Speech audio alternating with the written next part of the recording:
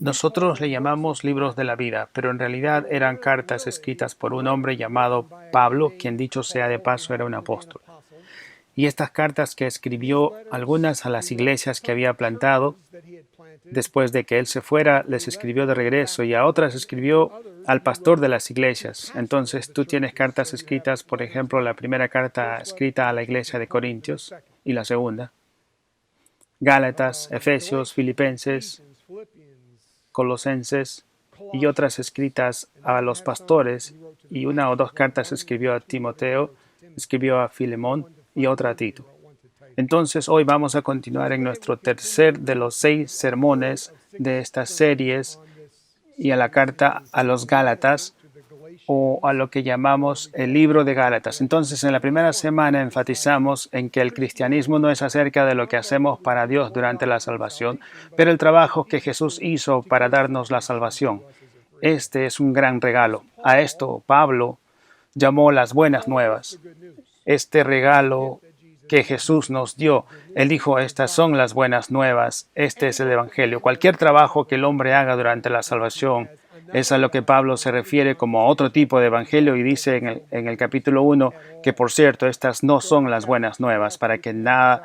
Entonces, en el capítulo 2, a la semana pasada nosotros enfatizamos el hecho de que Pablo les está exhortando que no se desvíen una y otra vez del cristianismo o judaísmo, que era parte de esta ley mosaica, esta cosa que estaba atada a una etnia, su nacionalidad, y la cual envolvía una circuncisión ceremonial. Hoy, en el capítulo 3, Pablo quiere que su audiencia se entienda completamente qué es el Evangelio, qué son las buenas nuevas. Entonces quiero continuar justo en el versículo 1 del capítulo 3 y leer los primeros 3 versículos antes de hacer algún comentario. Y dice: oh Gálatas insensatos.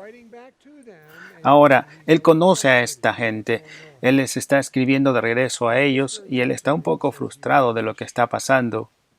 Y él capta su atención y les dice: ustedes, cristianos insensatos, en la región de Galacia,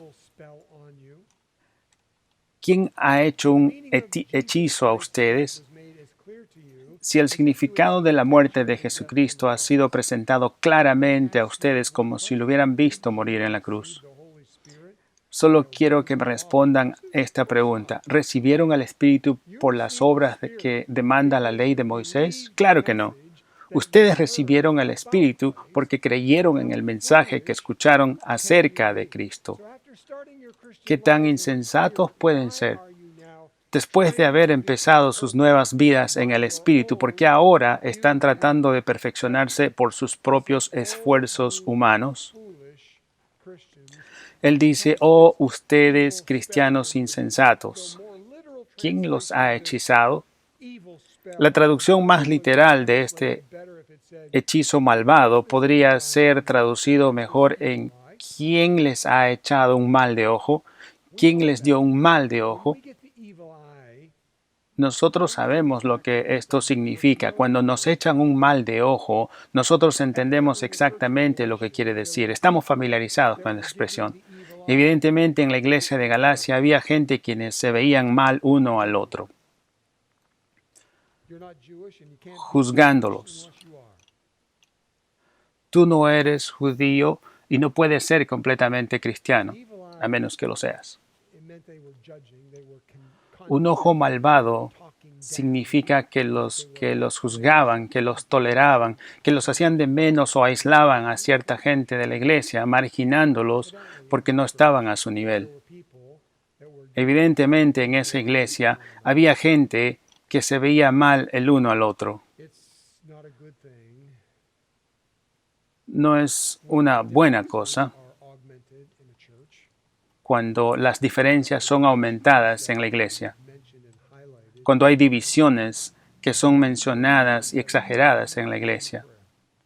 Jesús oró en Juan capítulo 17 una oración clave: Dios, manténlos unidos. Y yo les sugiero a mis amigos de Stonecrest, no hay nada más importante para Jesús cuando está dirigiéndose a sus seguidores cristianos que la unidad. No es uniformidad y no es unanimidad, es unidad. Diversidad, pero la diversidad nunca es más grande que el Señor de la iglesia, Jesús. Otra expresión que es muy similar a la expresión del mal ojo sería la expresión que nosotros también conocemos. Es la expresión levantando la nariz sobre alguien o ver a alguien de menos, como decir soy mejor que tú. Y esto es algo de lo que está pasando por esto del legalismo que regresa a la iglesia después de que Pablo dejara la región de Galicia. Había plantado a la iglesia y ahora estaba en otra. Y había gente que levantaba su nariz sobre los gentiles porque ellos no eran de la descendencia judía y decían, tú tienes que convertirte en judío y luego puedes convertirte en cristiano. Este próximo versículo es lo que Pablo nos ofrece como la cura de este mal ojo legalista, de este levantar la nariz, que dice, el significado de la muerte de Jesucristo ha sido presentado claramente a ustedes como si lo hubieran visto morir en la cruz. Quiero que me respondan a esta pregunta. ¿Recibieron el Espíritu por las obras que demandaba la ley de Moisés? Claro que no. En otras palabras, todos esos años, esos cientos de años de nosotros siguiendo la ley mosaica porque no había otra forma de estar correcto ante Dios, han recibido el Espíritu Santo. Después de que Jesucristo vino y el Espíritu Santo completó el buen trabajo, el cual te daba poder para vivir tu vida en Cristo, después de haber empezado sus nuevas vidas en el Espíritu, ¿por qué ahora están tratando de perfeccionarse por sus propios esfuerzos humanos, lo cual te causa que te veas a alguien menos que tú, porque ellos no son como tu etnia y racialmente? Aquí está una versión simplificada del Evangelio. Toda persona peca. No hay excepción a lo de otra persona. Toda persona califica a la membresía del club de los imperfectos. Y por ese pecado que califica, estamos separados de la gloria de Dios, a lo que significa que nunca vamos a ser permitidos en el cielo por nuestras propias obras, porque nada de lo que hagamos en nuestra imperfección puede borrar lo imperfecto. Dios, ven, y el pecado no pueden estar en la misma habitación. Esto presenta un problema y el problema es que Dios quiere que estemos en su presencia porque Él nos ama. Pero Él no puede estar en nuestra presencia porque cada uno de nosotros ha pecado. Y eso nos separa y nos descalifica de estar en su presencia. La Biblia nos dice que Dios nos creó para su regocijo, pero el pecado malogró todo. La próxima pregunta es la pregunta del Evangelio. ¿Cómo nos deshacemos de ese pecado? Mi amigo, escucha. No es cierto que Dios nunca pide que trabajemos para nuestra salvación. Lo contrario, Dios envió a su Hijo para hacer el trabajo de redención y luego nos trae libremente ante Dios. Y Pablo dice, estas son las buenas nuevas. No tiene nada que ver con las buenas obras, con la etnia, ni con la raza, ni con la cultura, nada que ver con los ritos ni ceremonias, nada que ver con las cicatrices en tu cuerpo. Jesús tomó el lugar de nuestros castigos, pagó la penalidad por nuestro pecado y ese es el Evangelio corto y dulce. Susan y yo estábamos en un restaurante no hace mucho tiempo, estábamos juntos. Usualmente vamos cada jueves en la noche, antes que el COVID-19 malograra todas las cosas, y no hemos podido hacer eso, pero los jueves en la noche eran nuestras salidas. Entonces ordenamos nuestra comida el jueves en la noche y estábamos a punto de pedir nuestro cheque. Y la mesera no venía, pero entonces yo llamé su atención haciendo la señal de la firma. Entonces ella vino inmediatamente a nuestra mesa y dijo, Señor, alguien pagó su factura. Pueden irse cuando deseen, pueden quedarse todo el tiempo que gusten. Entonces yo le dije, ¿de verdad? Nosotros vimos alrededor y no veíamos a nadie que reconozcamos. Sabíamos que habíamos pedido a alguien que no podríamos pedir a alguien que haga por eso por nosotros y sabíamos que no esperábamos que cuando alguien entre al restaurante hiciera eso por nosotros. No sabíamos exactamente quién lo había hecho, pero sí sabíamos una cosa. Basados en la palabra de la mesera, cuando creímos que era apropiado, nos levantamos, dejamos una propina generosa para la mesa y nos fuimos. Nos beneficiamos esa noche. Tuvimos una comida deliciosa esa noche, tuvimos un buen tiempo esa noche, esperábamos pagar completamente nuestra comida esa noche, pero nos fuimos pensando, ¿quién habría hecho eso por nosotros? Mi amigo, te digo a ti, esto es exactamente lo que hizo Jesucristo en la cruz por tu pecado, por tu imperfección y la mía. Y cuando hablamos de dar nuestras vidas a Dios, cuando hablamos de aceptar a Cristo como Salvador, acerca de seguir a Jesús, lo que queremos decir es que el resto de nuestra vida la vivamos como una nota de agradecimiento a aquel que pagó por la penalidad de nuestros pecados y nos trajo de regreso al factor que nos califica para volver a estar bien ante la presencia de Dios y gozar en su presencia nuevamente y no solo temporalmente, sino para siempre. Y Pablo dice, estas, mis amigos, son las buenas nuevas. Te das cuenta que todo fue hecho para ti, por alguien más, y tú te beneficias de esto. Por lo tanto, nunca te sientas que tienes el derecho de levantar la nariz o mirar mal a alguien, nunca más, porque lo que Jesús hizo por ti, también lo hizo por ellos. No debemos nunca olvidar que el Evangelio significa buenas nuevas y las palabras eugelion, en griego, que significa buenas nuevas, fue completada por el trabajo de Jesús y Él no requiere ningún trabajo de nosotros para obtenerla. Esto es lo que la ceremonia de la circuncisión significaba. Esto era la tensión que fue originada entre los judíos y gentiles y nunca olvidemos que el infierno no es un lugar donde Dios envía a la gente porque está enojado con ellos. El infierno, descrito por Jesús en el Nuevo Testamento, es un lugar donde la gente escoge pagar sus propias facturas por los pecados que ellos han cometido, por las imperfecciones en las que participaron en lugar de permitir que Jesús tome sus facturas por ellos. Cuando vemos el versículo 10, encontramos un versículo muy interesante e importante.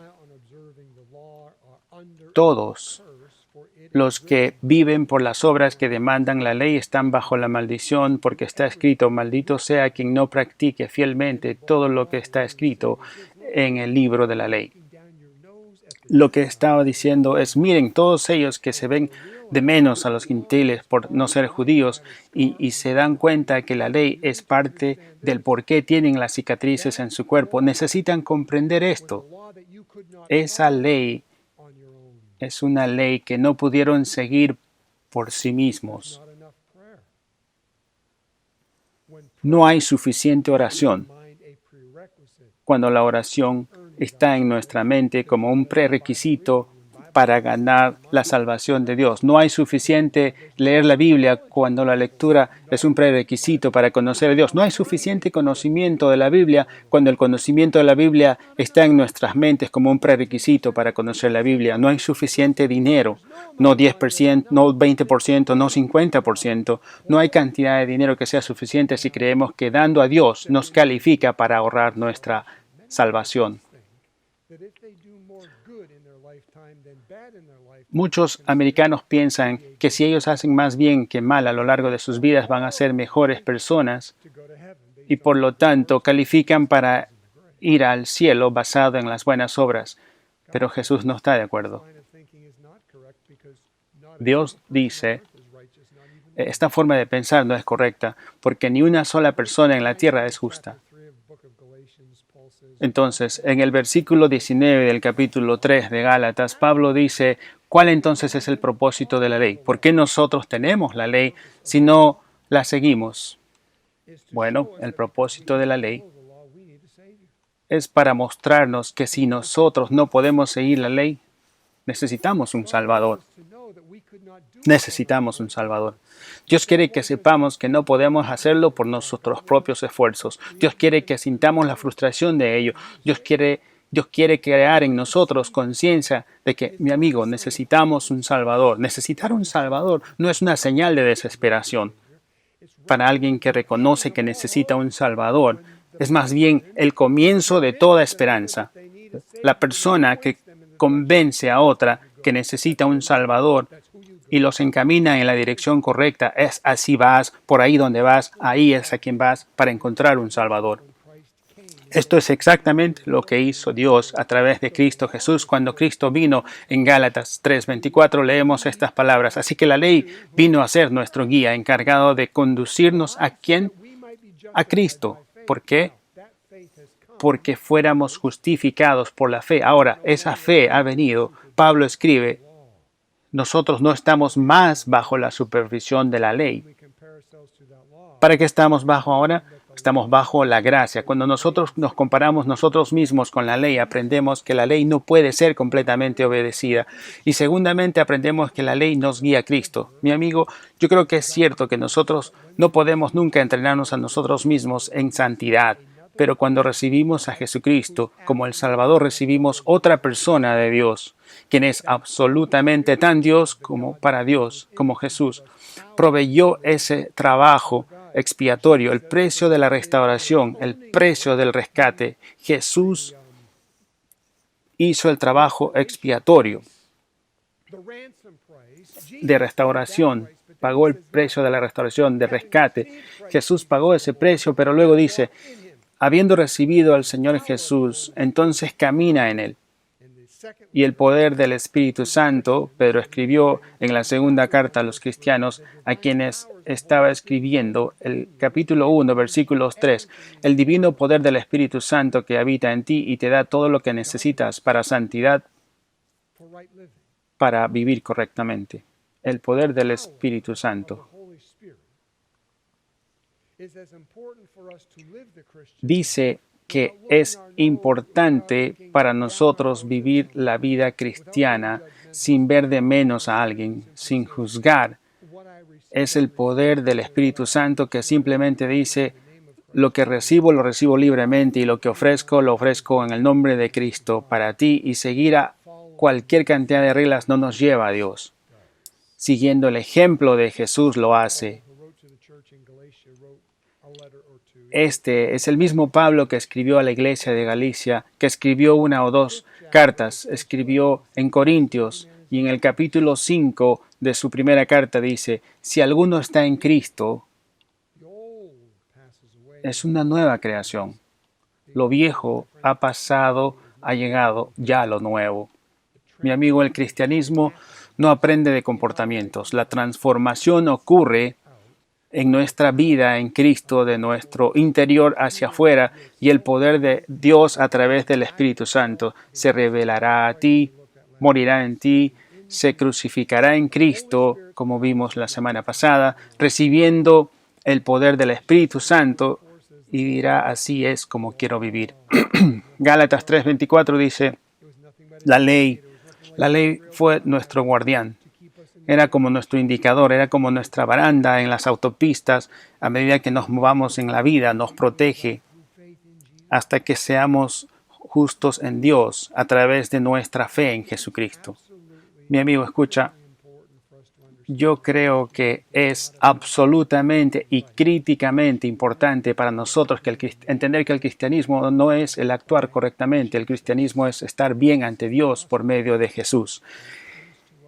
Este es el Evangelio y viene a nosotros a través de la gracia de Dios y es ofrecida a ti. Un pensamiento concerniente al acrónimo en inglés GRACE, Grace. Primeramente, la G, que es el regalo, el obsequio gratis. Jesús vino a darnos algo como a esa gente que pagó nuestra factura en el restaurante. Jesús vino a tomar la deuda y vino a darte algo que tú no podías ganarte y tú no necesariamente merecías.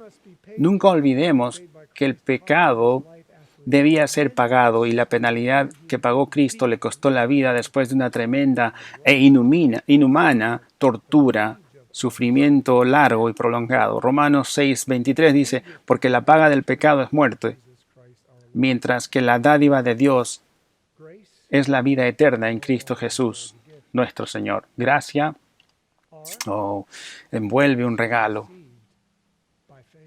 R, gracia es recibida por la fe. La fe no es creer en, sino confiar. Confiar en. Hay una gran diferencia. El mejor ejemplo que puedo darles es la diferencia entre creer y confiar. Es lo que dice Santiago. Dice, ¿tú crees en Dios? Haces bien si tú crees en Dios, pero déjame decirte, también los demonios en el infierno creen en Jesús, pero tiemblan cuando piensan en ese hecho de que ellos creen, pero no confían en Él. Pero confiar es como cuando transferimos nuestro ser, nuestro querer, nuestros deseos, transferimos lo que queremos en la vida sobre el señorío de Jesús y decimos, Jesús toma el control completo de mi vida. Creer es todo lo que tiene que ver con los hechos. Confiar es todo lo que tiene que ver con la acción, lo cual a veces envuelve una parte de riesgo. Yo creo que una de las mejores ilustraciones de creer transferida en confiar es lo que Charles Blondin hizo en las cataratas del Niágara hace muchos años atrás. No estoy seguro si le hubieran permitido hacer eso hoy, pero aquella vez ellos ataron una cuerda de equilibrista para que se expandiera sobre las cataratas del Niágara y Charles Blondin, en frente de una gran audiencia y después de una gran publicidad, subió en la cuerda de equilibrista, caminó a lo largo de las cataratas en esa cuerda de equilibrista y a cambio recibió una ovación de un público palpitante. Y luego dijo, ¿cuántos de ustedes piensan que yo puedo hacer esto? ¿Creen que lo puedo hacer empujando una carretilla? Algunos creyeron y algunos no. Y él procedió a llevar la carretilla todo el camino al otro lado de las cataratas del Niágara y el público gritaba cada vez más y más fuerte. Y ahora les dice, ¿cuándo de ustedes creen que yo pueda hacer esto? Empujando la carretilla, pero con alguien dentro. Oh, sí, sí creemos. Y él apuntó a alguien del público y le preguntó, ¿te gustaría subirte a la carretilla?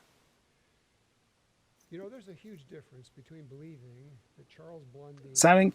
Hay una gran diferencia entre creer que Charles Blondin podría cruzar las cataratas del Niágara 2 veces, y una solo y otra empujando una carretilla, y luego otra es creer y arriesgar a ser voluntario y decir, yo me voy a subir a la carretilla. La pregunta para nosotros es considerar, ¿estás tú cerca de Jesús? ¿Confías en Jesús?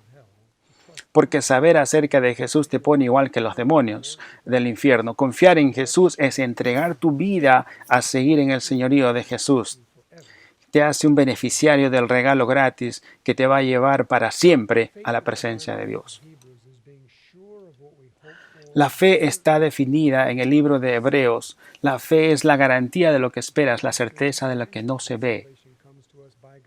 Efesios 2, 8, 9 dice, porque la salvación viene a nosotros por la gracia de Dios a través de nuestra fe practicada. La fe es una garantía de lo que se espera y la certeza de lo que no se ve. La gracia viene a nosotros como un regalo de Dios a través de Jesús. La R es recibir por fe, pero necesitas poner tu fe en acción. La A de available, en inglés gracia, está disponible para todos y te incluye a ti. Aquí en Stonecrest, no sean aquellos que hechicen con el ojo malvado a alguien, que levanten la nariz o veamos de menos a aquellos que puedan parecer diferentes a nosotros, que piensen diferente a nosotros, que tengan más o menos de las cosas de nosotros tenemos en la vida.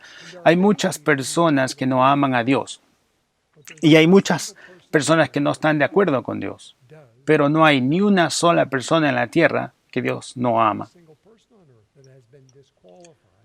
No hay una sola persona en la tierra que haya sido descalificada de recibir el regalo gratuito de salvación de Dios a través de Jesucristo. Mi amigo, esas son las buenas nuevas. Yo te garantizo que si viajas en el mundo y te encuentras a gente que te ve menos, que te va a ver mal, en cambio, en Jesucristo nunca lo hizo y nunca lo hará. Esas son las buenas nuevas. Aquí, en Stonecrest, esta iglesia que todos nos hemos aprendido a querer, que sea una iglesia donde todos sean bienvenidos todo el tiempo, por donde todos puedan venir y el amor de Dios sea demostrado por gente que conoce a Dios y actúa como embajadores de Dios. Y mientras todas estas personas que son diferentes, que nosotros en cualquier manera se presenten, que la verdad de la palabra de Dios nunca sea comprometida con el fin de seguir manteniendo a las personas de venir aquí, que la verdad de las buenas nuevas llame a las personas del mundo a la misma salvación que aquellos que nosotros que hemos experimentado el regalo gratuito de la gracia de Dios, de la riqueza de su gracia y la disponibilidad de su gracia, que ellos la encuentren a través de nuestra constancia en nuestra demostración de amor. La cosa más desamorosa que una persona puede hacer es decirle a alguien que está en desacuerdo con Dios que ellos están bien delante de Dios. Eso no es amor, eso es engaño. Esas no son buenas nuevas, es una falsificación comprometedora que se torna en trágicamente las malas nuevas y Dios te va a hacer responsable a ti por ello. Santiago se refiere a esto como el cosquilleo de los oídos. Tú no haces eso, tú simplemente declaras lo que sabes de Dios. Él dijo, Dios sabía lo que decía y Él decía lo que sabía. El trabajo de nosotros como creyentes es simplemente mantener la verdad de la palabra de Dios y el Espíritu Santo. Es condenar el pecado y la culpa. Mi amigo, que todos nos amemos, nos alentemos todos y que el Espíritu de Dios haga su trabajo, que el Espíritu de Santo puede hacer perfectamente bien. Yo creo que Dios preferiría tener este lugar como una sala de emergencia en vez de una casa funeraria.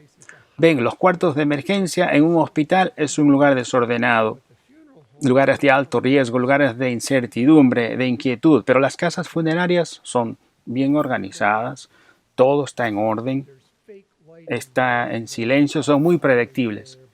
Hay una luz falsa y hay flores cortadas, pero te recuerdo que las flores que hay en esas funerarias están más muertas que la muerte puede estar.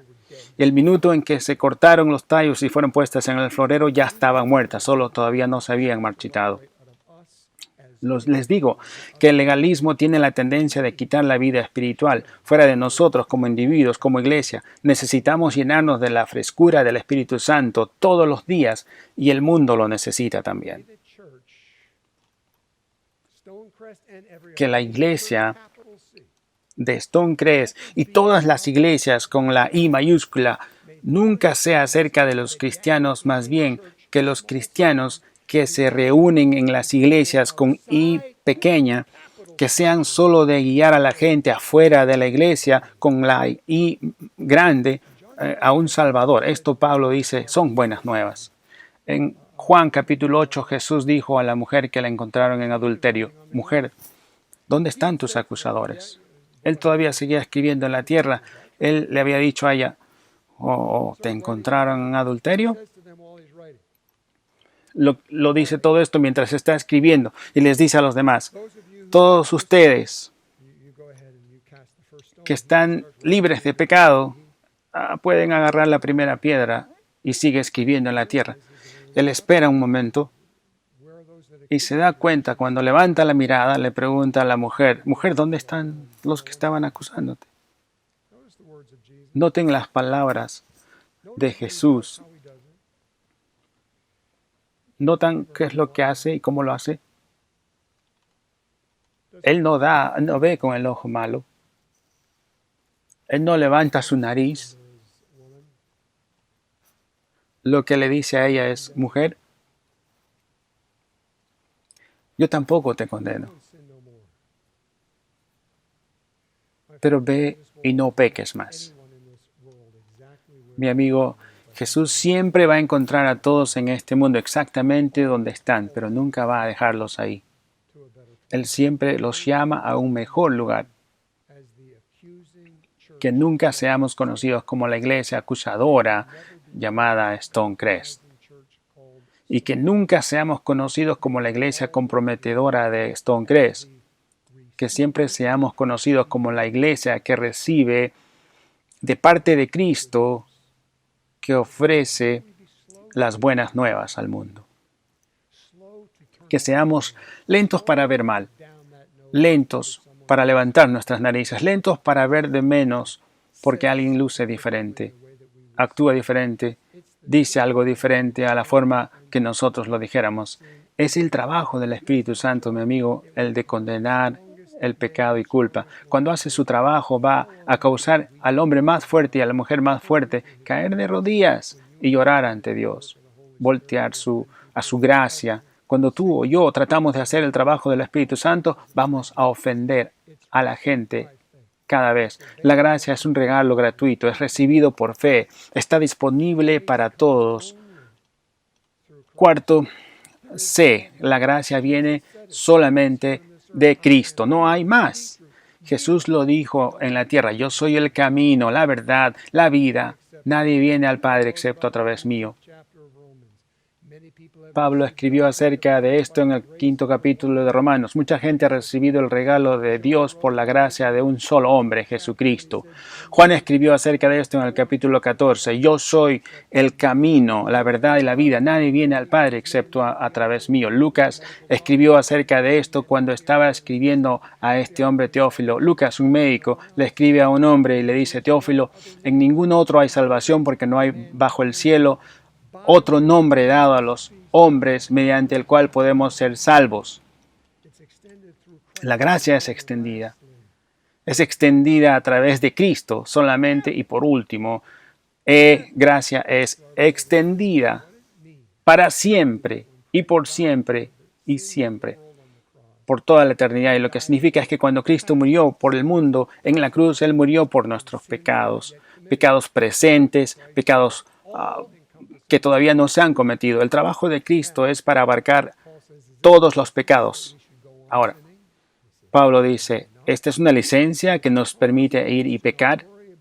Definitivamente no.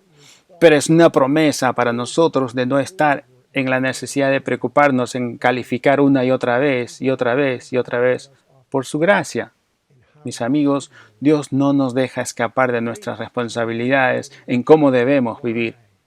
La gracia cambia la motivación de por qué debemos vivir.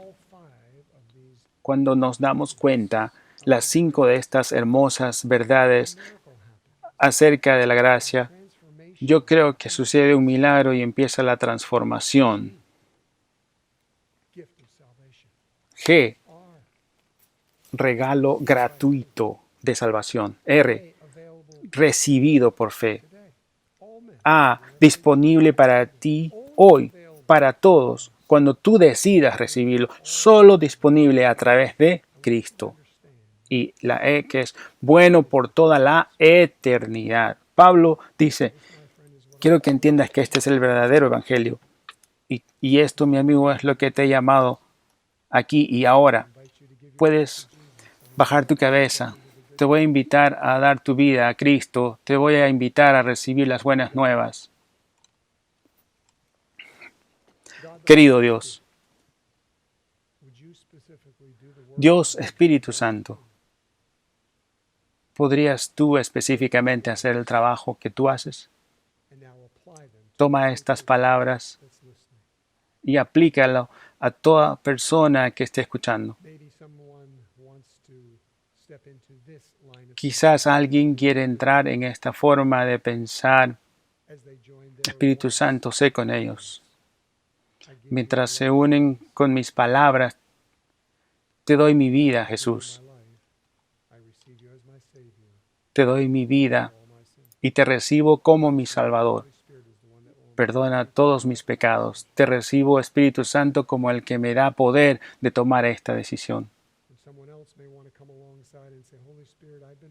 Y si alguien más quiere venir y decir, Espíritu Santo, he sido creyente por mucho tiempo y quizás lo que he hecho es ver encima de mi nariz, viendo de menos a otra gente y he estado viéndolos mal, juzgándolos, cuando debería estar dejando que tú me juzgues. Te pido que me perdones, te pido que cambies mi corazón, mi mente y cambies mi forma de ser y que sea más como Jesús, el Jesús que se arrodilló y le dijo a la mujer, quien fue encontrada en pecado, ¿dónde están tus acusadores?